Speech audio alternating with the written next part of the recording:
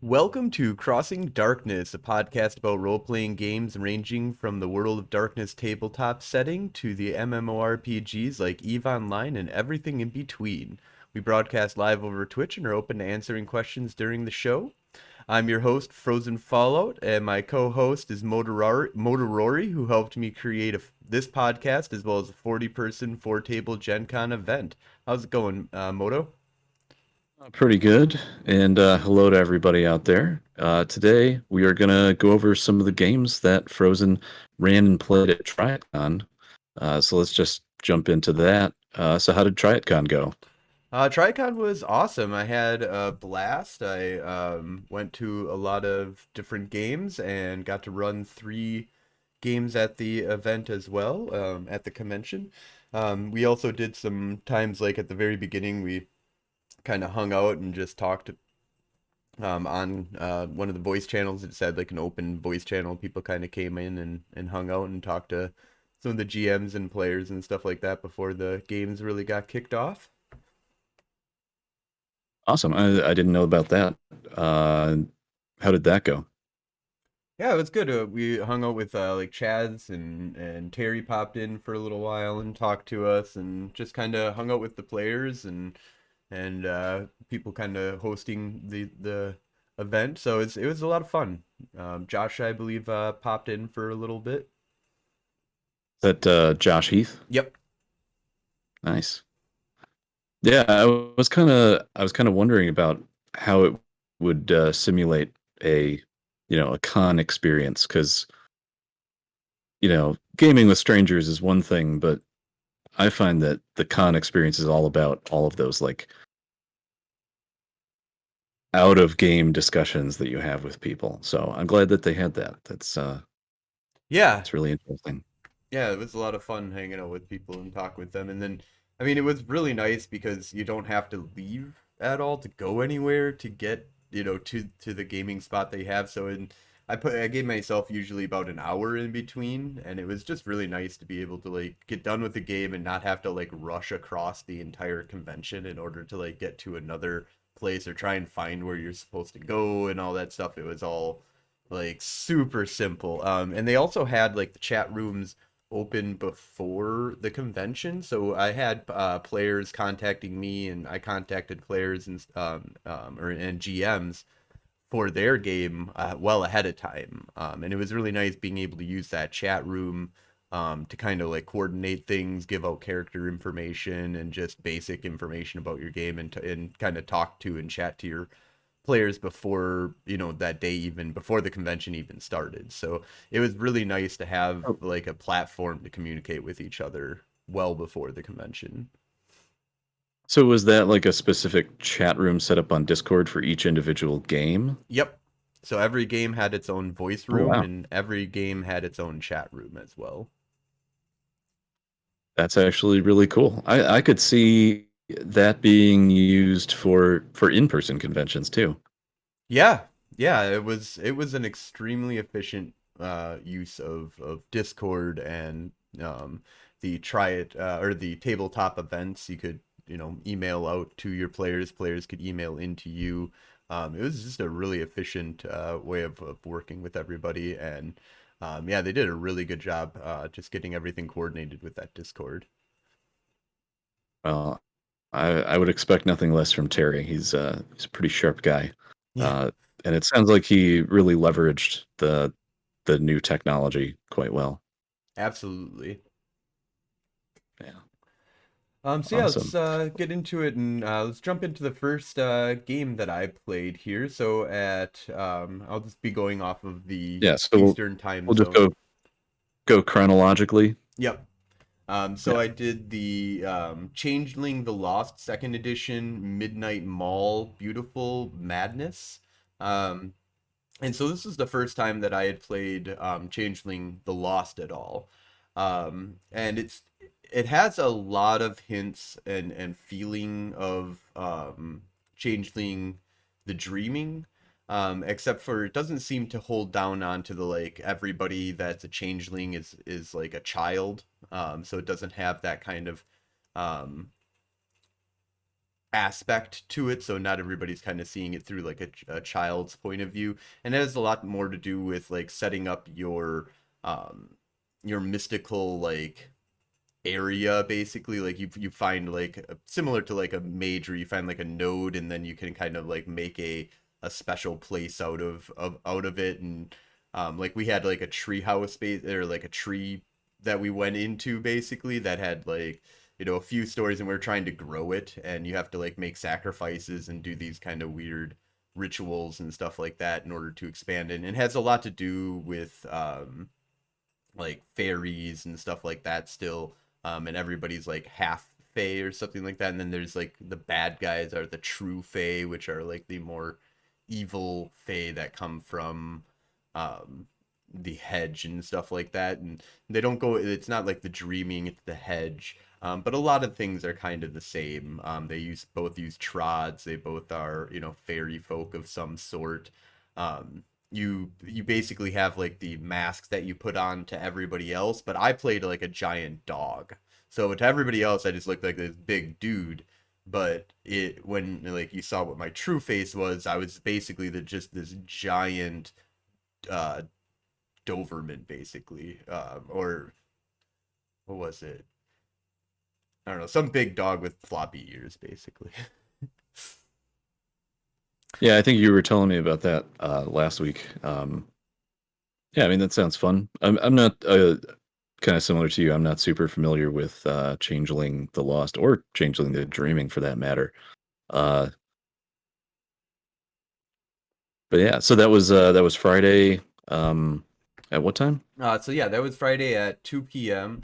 And like the main story was that we like owned like a mall basically that had come under. There was like another true fae who had like made a contract to take over the mall, and like was going to like take it into the hedge or whatever, into the other realms. And so we were gonna like lose our place, so we basically fought the witch, and it was very similar to like the Wicked Witch of the West type kind of feel, and had like this uh you know strong motif of and theme of Wizard of Oz type kind of stuff. And we basically, in the end, in order to defeat the witch, we used law, and was basically used contract law to be like, well, a lot of things have changed since you since you made this contract. Like, let's go through all the contract law of how to, like, how this is not going to work out exactly for you because different people have changed possessions and da da da da da. And it was, it was an interesting ending. Yeah, it sounds like the GM wasn't expecting that. Uh, Yeah, well, yeah, there's always, I guess there's like lots of different ways to kind of end the game and different things that you can kind of do throughout the game. And yeah, the GM was really good at just being on their feet and really knowing, the system, and just, just having a lot of fun with it for sure. yeah. You might not know, but the GM are they a person that runs stuff at conventions normally, or was this like a first time thing for them? If Um, you don't know, it's no big deal. I find it interesting because one of the aspects of this convention was to get people kind of into it. So yeah, I can't remember for this game what the credentials of the GM was really. I know that they did run two games there. They did the spaceship and Star Worms, and then the Changeling the Lost game at Tryitcon. But I'm not quite sure what other stuff that they did. Yeah, unfortunately.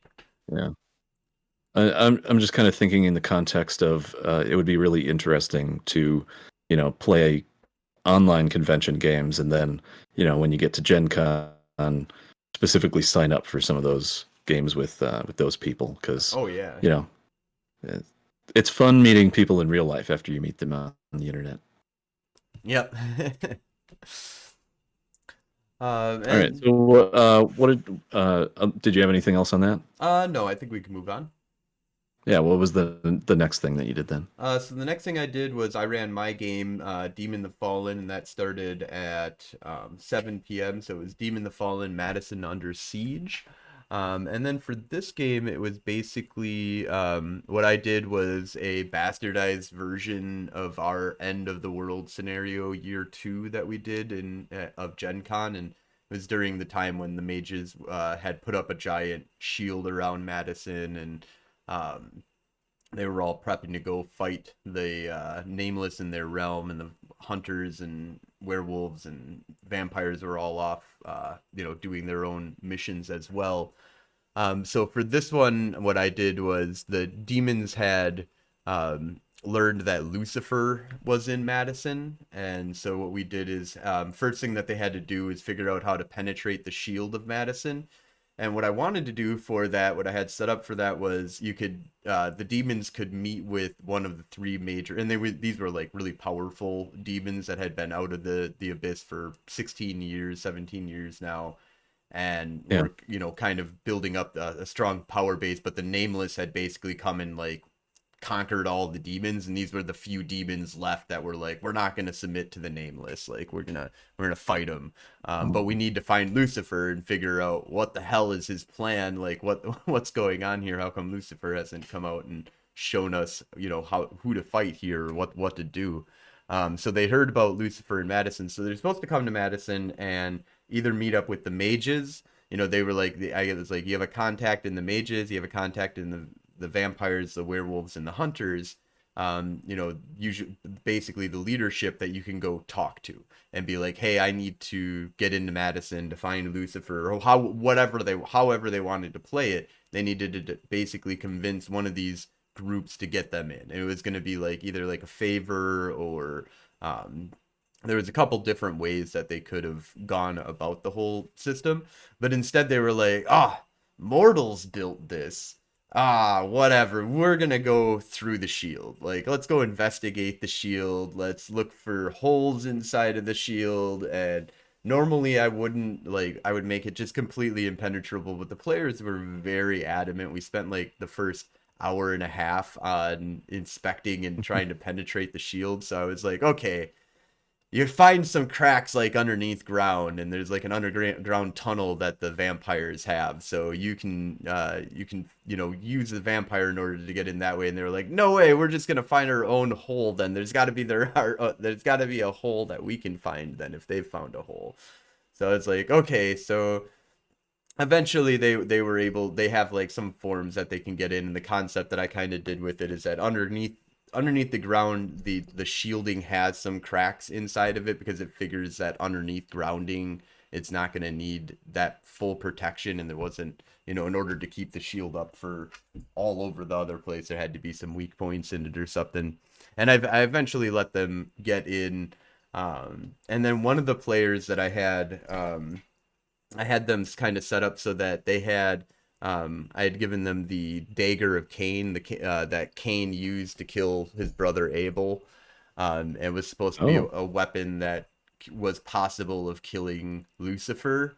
And so I had the whole thing in there that once you meet Lucifer, if he doesn't give you a good enough reason, you're gonna why he didn't help you guys out, why he hasn't been leading, why he wasn't in hell with you guys. Um, if he didn't give a good enough reason, he was just gonna, kill Lucifer right then and there. And the reason that I kind of gave was that that basically he has been fighting the Nameless this entire time, and the whole like actions that or why Lucifer couldn't help them out was basically that this was all set up by God to destroy the entire fucking universe, and everything has been kind of laid into that motion. And that's why basically God was using these tormented angels to help destroy the universe in the end, and Oh. remake it through Yahweh's son's image, basically, and stuff like that.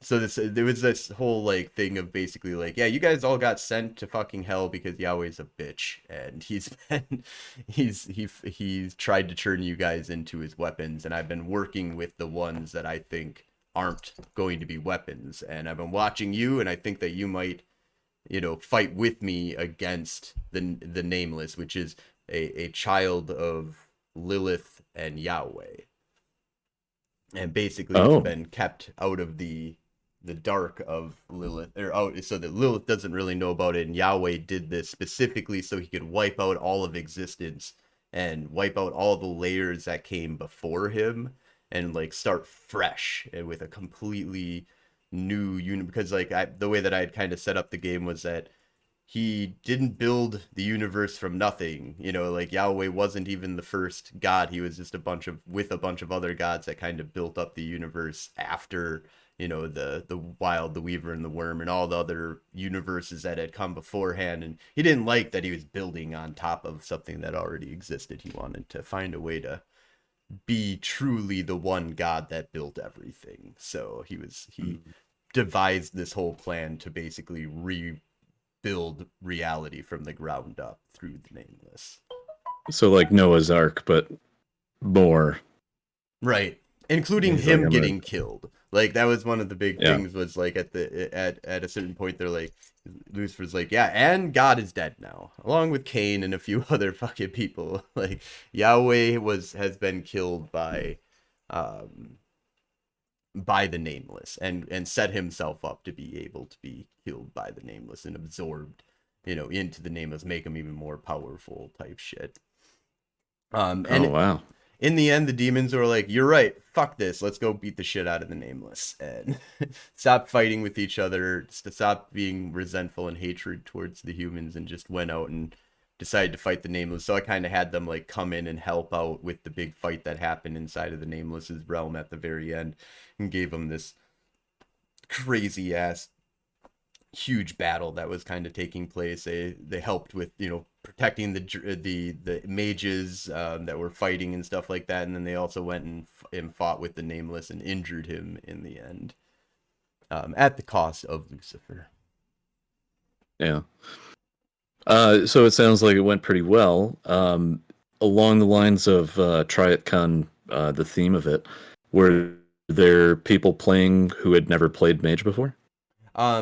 Yeah, I had people that I had one person that this was their first World of Darkness game that they'd ever played. So they'd never played Demon or any of the other World of Darkness games, just had read a lot about them. And so this was I had one of that. I had a couple people that Demon, this was their first Demon game that they had played. But and I don't think I had anybody that had played Demon before. We had 3 people for that event, and I think all 3 of them, I know one person for sure hadn't played any World of Darkness at all, and this was their first World of Darkness game, but they'd like read a bunch about it, so they knew the basic concepts of it. But the other 2 I think had just never played Demon before. Possibly I feel like there was one other that had played just the new World of Darkness, the Chronicles of Darkness, at a game at Tryitcon just before my game. They had not Demon though. Yeah, but not Demon. Another, and this is New World or Old World of Darkness. So they played some New World of Darkness vampire game or something like that. Oh, okay. Yeah, Requiem or something. Yeah, I'm not sure which one. Yeah. So what was that after that? So then on Friday, let's see here. I feel like, yep, that was the end of Friday night for me. So that ended at around 11 o'clock Eastern time, and kind of called it a night there. And then day 2 started for me at 2 p.m. Eastern time, and we did Mage the Ascension, Adventure of the Hollow Earth, 2nd edition. And this was a lot of fun. And actually, the GM for this was a person that has been listening to our podcast, has been listening to our actual play, really? And listened to our podcast about because we were talking about this, and I had talked about how I had just watched King Kong versus Godzilla, and she's like, "Oh, I didn't get to watch that movie at all. This has nothing to do with the Hollow Earth." I was like, "Yeah, I didn't expect it to have anything to do with the Hollow Earth." But she was really cool. She let us have a lot of fun with our characters.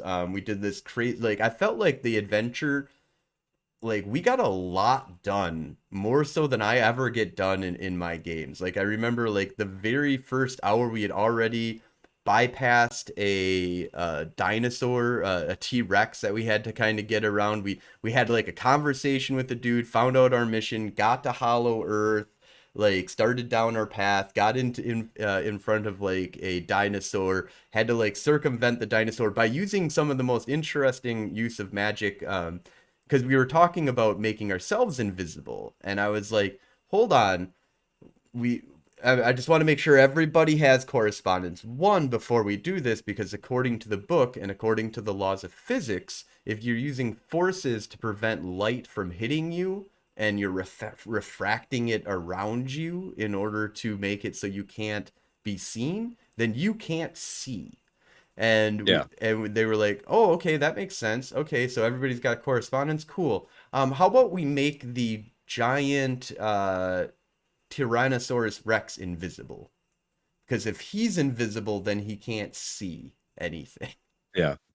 And I was like, "Oh, that's really I never thought about that concept that oh, I'm blinded, so I can't, so I'm well, just if you're trying to just make everybody invisible, screw making everybody invisible. If you're only doing it against one object, just make that object or that thing or that person invisible, and now they can't see shit." Uh, and of course, we still had to deal with smell and stuff like that. So my character made up like an incense bomb, basically, that like made it so that nothing you couldn't smell anything within like a 30-yard radius or whatever. And we ended up getting around that. There was lots of little like you know puzzles for us to kind of figure out. It just we did so much in such a short amount of time. And then we got to the end where we got to fight and punch a Nazi, basically, like where it was like, okay, you guys got to like the main area, you've got this crazy puzzle you have to figure out, and there's a bunch of Nazis that are attacking you. And it was just it was a Nice. huge blast. Yeah, it sounds awesome. And so it was a mage. Yep, that was a mage game. We were all, we had, I think, like an arete of three or four, and we had a magic, most of our spheres that we were using were around like three.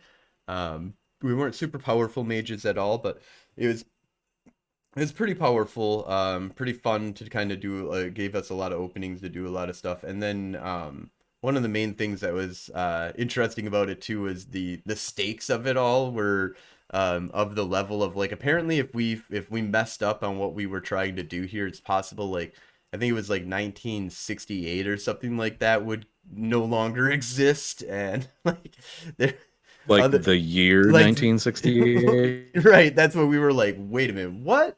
Like the entire year will disappear. They're like, yeah, and some like islands out in the middle of like, nowhere. Don't worry. They'll, nobody really needs them, but just don't screw up. I don't he was like, "Oh, and I thought I checked. None of you were born in 1968, right? So it's not going to be that big of an issue or whatever." It's like, "No, but that's an important year. Like shit Yeah. happened." Yeah, a lot of shit happened in 1968.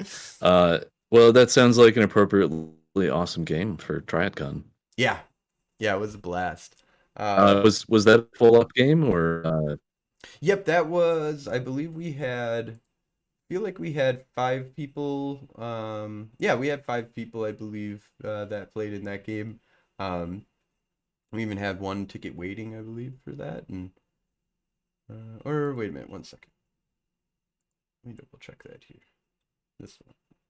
Yeah. Yep, I believe yeah, everybody in one ticket waiting.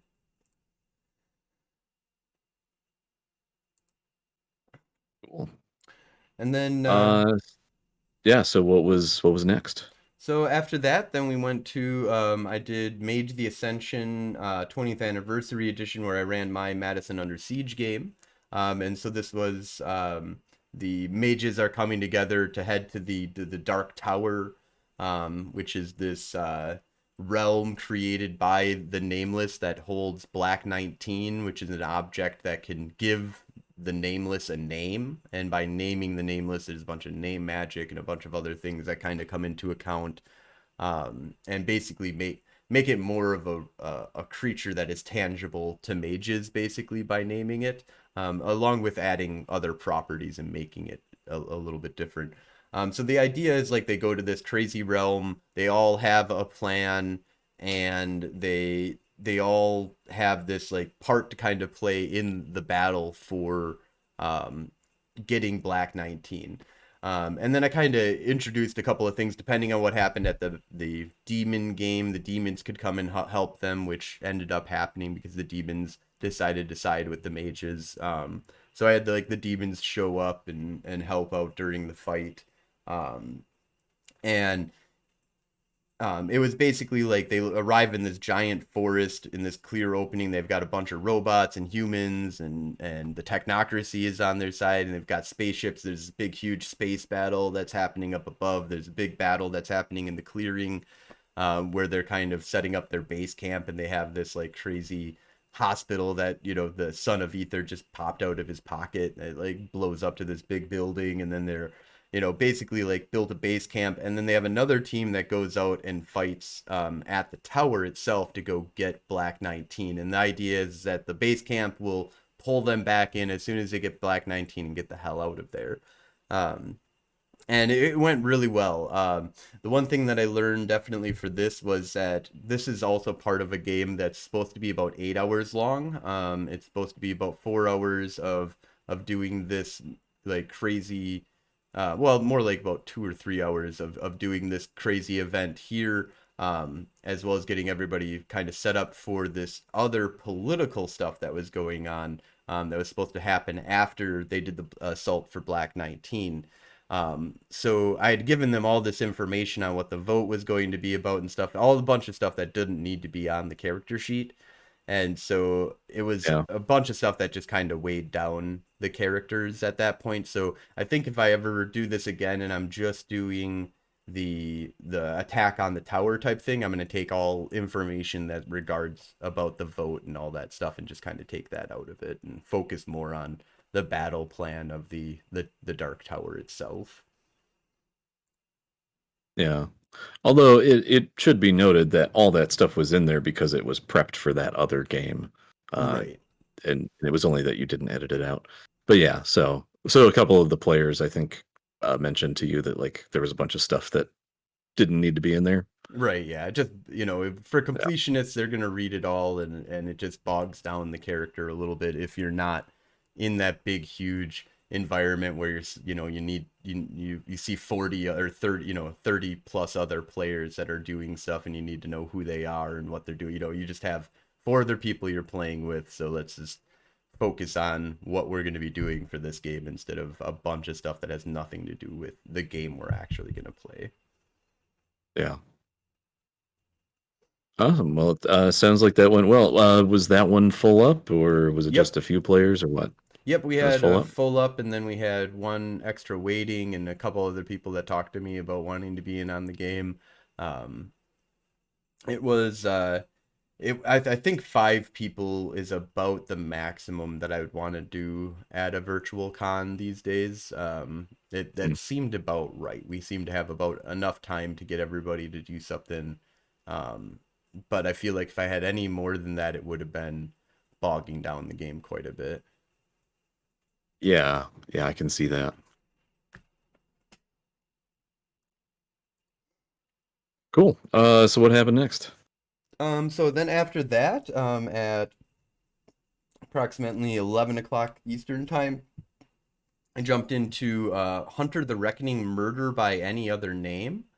And this was a really, really awesome, fun time playing Hunter the Reckoning. I hadn't really ever played too much Hunter the Reckoning. I GM'd for it a couple of times, and I think I might have messed around in one of like a game that you ran or something, but in general, I haven't really been able to play Hunter the Reckoning at all. And this was a really fun one because we started off as high school or as college kids. One of our friends had gone missing, and we were trying to find out about him going missing. And we had some weird interactions, with people at sometimes that kind of started showing that we had powers, basically. Um, but we didn't we didn't ever, like, at the beginning of it, we didn't know what hunters were. We didn't know anything about supernatural. We didn't believe in werewolves or anything like that, and had no direct encounter with them. I think I had started seeing weird shit at some point with some bikers that I had been fucking with. Like they had really big muscles and weird teeth and shit like that, but I didn't quite equate it at all. And it's interesting. So we started off with this whole like, okay, we're gonna run around and try and find out what happened to our friend. We're gonna go to like the bars and stuff, and we find out eventually that they're alive. And we are told to like go to this alleyway to go meet up with them, and we get jumped basically by vampires. Like we the only indication that we had was there was like an anemic person in the alleyway that had these like weird, when we looked at them with our sight, we saw like the concept that there was bite marks on them but are no more. So we did this whole like um thing of, we got into a fight with one of the vampires and like stabbed them to the point where they, or I think it was a ghoul or a vampire or something.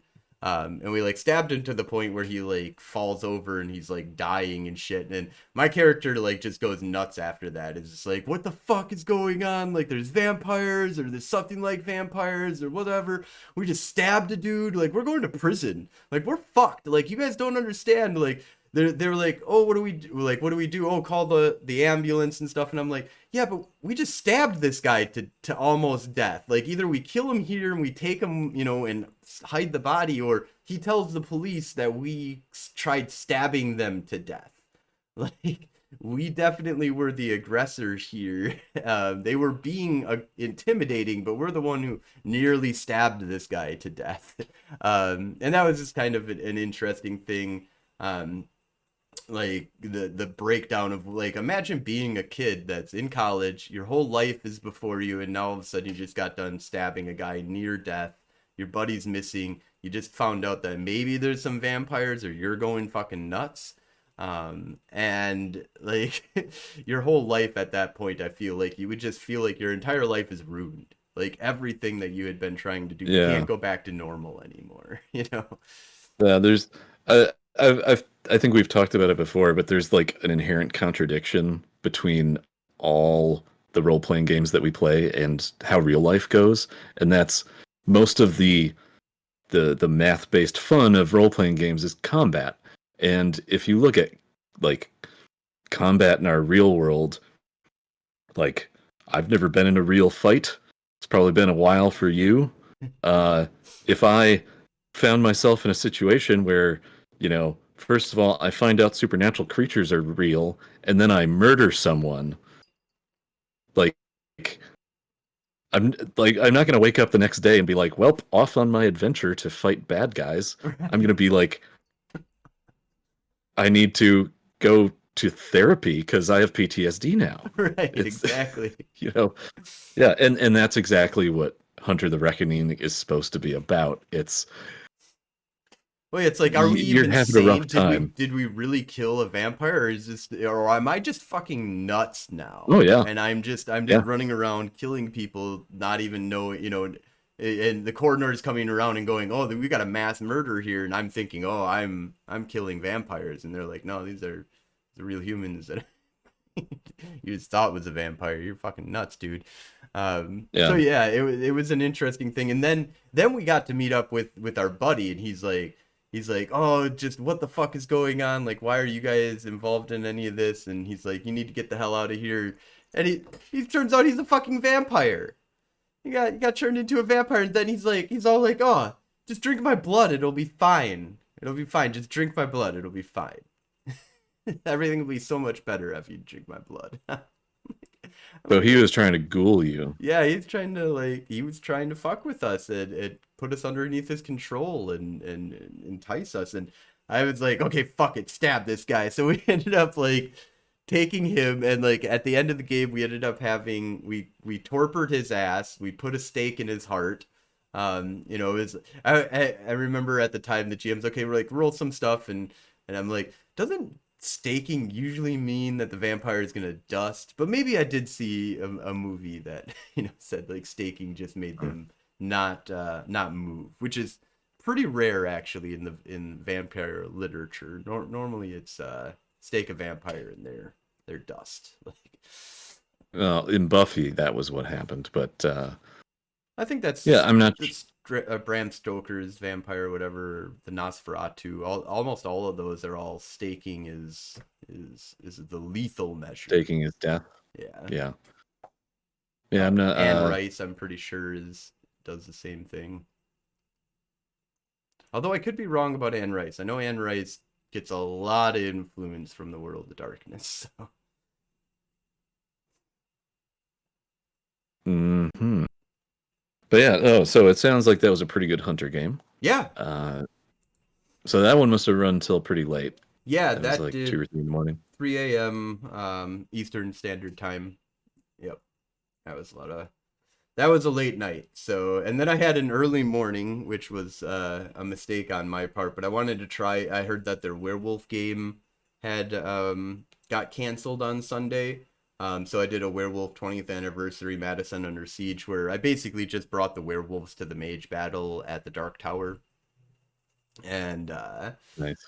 just it was kind of fun because I only had two people that signed up for that, and we just kind of did the whole like, okay, the first first encounter is with just some punk kids that stole a Uber, because they were going to use an Uber to get down to the capital, where they're going to meet up with the mages. So they like the Uber arrives and four dudes like jump out with like a baseball bat and like a chain and stuff like that. It was funny seeing the werewolves not be lethal in their combat. Like they were all just like trying to push them into the car and like throw the car around and like not trying to actually like just straight up rip the boys apart with their claws. They were all trying to be like very like just non-lethal combatants, and then in the end they're just like, fuck it, just jump into the car and drive away. Like, um Yeah. and Well, I so mean, that sounds like werewolves from Madison. yeah, exactly. So that was a lot of fun. And then they got to the big fight, and I had them fight a Nexus crawler, and they literally killed a Nexus crawler in under a turn. Because they just used all of their rage, all of their shit, like right then and there, and they took like both of them took like 5 turns each in one turn, so it was literally like a whole battle that happened in 30 seconds or in 3 seconds. Like, and then we kind of used that as just saying like, okay, and then you guys went around and killed a bunch more shit after that because the battles took up all like in the and we did the true World of Darkness, like you declare first and then you go through and do all the actions, so you declare up to the from lowest to highest initiative and then do the actions from highest to lowest initiative. So it did take us a lot of Yeah. time to kind of go through the whole process there. um and it was just two people, so we just kind of had fun. People who really hadn't played World of Darkness before. Um and yeah, it was just a fun little run of Werewolf. Yeah. Awesome. And then I think there was one other thing you did on Sunday, Yep. or were there two? One more. Yep. So it was Trinity Continuum, Aeon Slow Day at Work, which was like we were on some kind of crazy space station, and there was some. Um, basically, there's these like creatures that oh, what the heck are they called? There's like we are like the evolutionary of these things that came to our reality, and it's like in the future and stuff like that. And these crazy creatures, abominations basically, or what the heck are they called? I'm trying to remember the names for it all. Aberrants? Aberrants, yeah. So aberrants are like the first evolution of what like we basically became or something like that, or used the concepts of that in order to make human versions of them, but they're like some kind of alien thing. In any case, um the whole story was basically like one of these aberrants awoken on the station. It was like some dude who was just a mechanic or whatever, and the station like power was going to go critical or something. So in order to try and save everybody, this aberrant went crazy and was like tied in with the power systems and stuff. So we had to like go down there and calm it down, and we actually ended up like apprehending the aberrant instead of killing it and bringing the guy in. So I don't know how normal that kind of stuff is. Um, I remember being really tired, so it took me a while to like figure out what was going on. But it was a fun game. I definitely liked the story. I think this is story path system, is what they Yeah. use for this. It's very similar to the Chronicles of Darkness system, but a little bit different. It's like every success you get above the first gives you like extra things that you can do. Um, is like one of the like primary things for it. And momentum was really interesting. I like the idea of momentum in the game, where basically what we did was, if every time you failed or botched, you got momentum, and momentum gave you the ability to use some powers or to get extra dice on dice rolls, and it's like a pool that everybody has. So if we had like three players and a GM, and we have a momentum pool of 10, I can be like, on any one of my rolls, I can be like, hey, can I grab three of those momentum? And I'll grab three dice and add that to my dice pool. And then it just takes away from Cool. everybody. So everybody says, has to agree to it. But once we've used that three momentum, we'll only have seven momentum left. But every time that somebody botches and every time that somebody fails, it adds to the momentum pool. Okay, so the momentum pool is collective. Right. Yep. Interesting. Yeah, I really Yeah, like I that. wasn't familiar with that. Yeah, it felt like, and like one of the things that we had was an ability that comes from just like a skill, that basically said that if you specialize in this, that you can use a momentum point to get a clue, which was always kind of nice. Like if you're trying to like push the game along and you're investigating into something, you can use that momentum to keep the game going. And I just like the idea of what it's called, momentum. It really did feel like momentum was like, oh, if you're failing or botching, it's slowing down the game. So here's some stuff to make it so that you can speed the game up and bring the game back into, regular mode, by being like, okay, so you failed a few times, but now you can use that failure to help you in the future. Yeah, no, it sounds awesome. I'll have to look into the new story path system stuff. I just I got all these books I got to read first, Yeah. so it's and that's not going super fast either. So uh, how many people played in that game, and who was the GM somebody like famous or just somebody? I think it was just a normal GM. I can't remember. It might have been somebody that was involved in it in some way, shape, or form. I feel like maybe it was somebody that. So it was Scott Kerbin. Uh, I'm not familiar. Yeah, it's yes, probably just some guy then.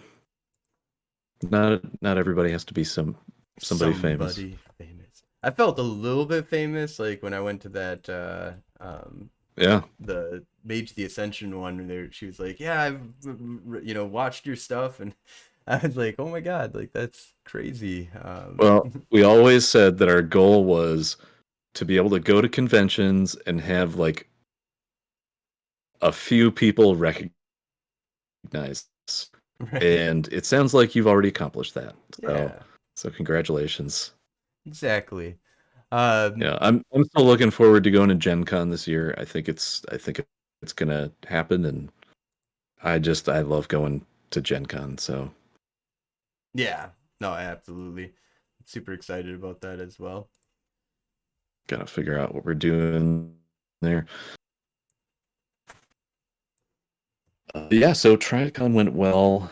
I think I did write down one other thing. Yeah, so you told me that you were talking to Terry. I think afterwards. Uh, so what do you have the inside scoop? What's the future of Tryitcon? So I'm not exactly sure. Well, it definitely seemed like we did really well, above expectations on certain things, and according to Terry, it's a lot easier to get a lot of free stuff for conventions, to if you can get to a certain size. Basically, like they'll like Onyx Path and other places will start giving you stuff for running a convention to help with getting people in and stuff. So it was one of those things that we're definitely going to be pushing it more next year. And Terry kind of invited me on, said that he wanted me to come on to staff. I helped out with a lot of like advertising and stuff like that. So Terry wants to work a little bit more with me on that. But yeah, it looks like it's a go for doing it again at some point, and I think it was a super success. I think we did like over $2,000, well over $2,000 that we raised for like the Heller Keller Fund. Um, I donated like 2,000 or $200 to that, which is pretty much all my proceeds plus that I got from the con just to put into that. Um, but yeah, it was a lot of fun, and it looks like we'll definitely be doing it again. And hopefully that'll be, sometime around May of next year.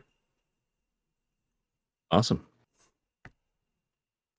Well, do you have any other thoughts in retrospect? Nope, just want to, just give a big shout out to Terry and Josh Heath for running this here, and Chaz for all the work that they kind of did. And really looking forward to seeing Tryitcon again. Yeah. And for my part, I think in the future, when these virtual conventions come up, I'm gonna make more of an effort to set aside some time. My weekends are notoriously taken. So, Awesome. but anyway, I think that's it. Yep, and if you enjoyed the show, feel free to give us a follow and a like or whatever. And check out our website at theageofstories.com for links to all of the shows that our friends put on, as well as setting information for Madison Under Siege and much, much more. Yeah, and don't forget to tune into our Mage the Ascension game, Technogate, on Monday nights at 7 p.m. Central Time on Twitch at twitch.tv/Golden Age Stories. And remember, that's golden spelled Guldan. Also, if you like this podcast, you can listen to us record it live on Sunday nights at 7 p.m. Central Daylight Time, or slightly after, because I think we started at 7:15 today. It It's happens. sometime after 7 on Sundays. It's gotten loose, but we still try to make efforts to do it. So, Right. Awesome. Well, thank you all for watching and have a great night. good night, everybody.